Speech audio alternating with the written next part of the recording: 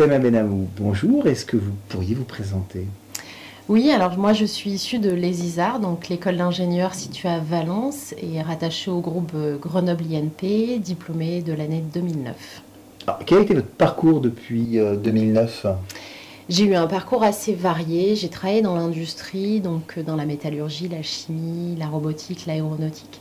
J'ai également monté mon entreprise, revendue, donc aujourd'hui je suis à mon compte.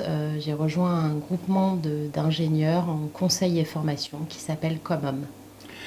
Alors, il y a une question qui se pose, puisque vous avez parlé de votre fin d'études, il y a une question qui se pose pour ceux qui envisagent de faire des études d'ingénieur, c'est est-ce que le fait de choisir une spécialisation, finalement, n'enferme pas dans un domaine pendant toute sa carrière?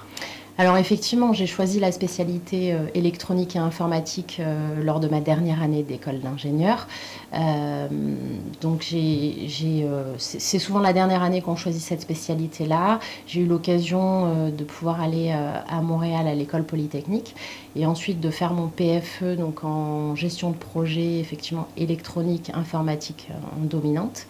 Maintenant, à la suite de ça, j'ai eu la possibilité d'avoir divers postes et notamment en menant un master spécialisé en management de la qualité, sécurité, environnement, ce qui me permet aujourd'hui d'avoir une double compétence et technique via ma casquette d'ingénieur et réglementaire au niveau process et produits.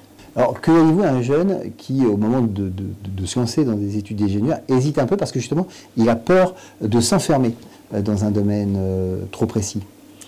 Effectivement, ça a été mon cas. On s'engage dans un cursus assez long, 5 années. En tant que femme, effectivement, c'est aussi le domaine de l'ingénierie encore peu ouvert, même si ça évolue. Maintenant, j'ai aucun regret d'avoir choisi cette filière-là.